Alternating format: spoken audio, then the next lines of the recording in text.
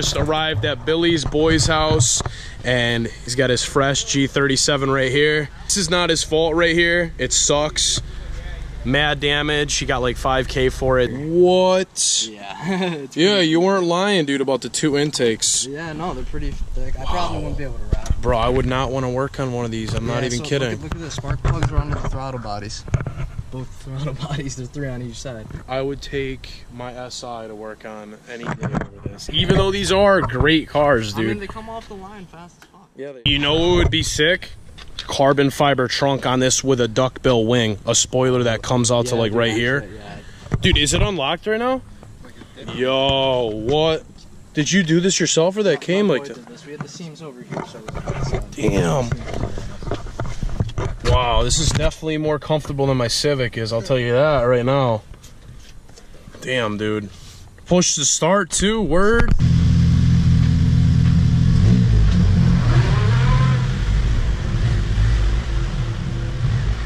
In the G right now, G37. This, I really like the interior.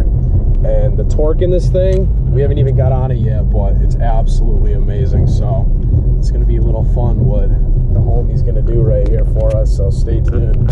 FA5 versus G37. Go, call it.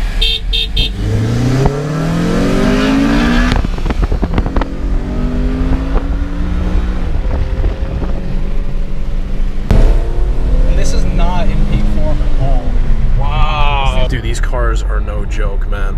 So he's pretty much getting they're totaling this thing tomorrow, so they're gonna cut him a nice little check, and then he's off to another car. So this is the last night that you're gonna have this car. You gonna miss it, man, or what? Absolutely. Dude, this thing is amazing. I would not mind owning one of these cars. What are you about to do in this thing, dude? I don't know. You gonna do a little hoon special? Little spin here. Yeah. Can the G37 drift? That's the question. I guess we'll find out. Yeah, do that, do that.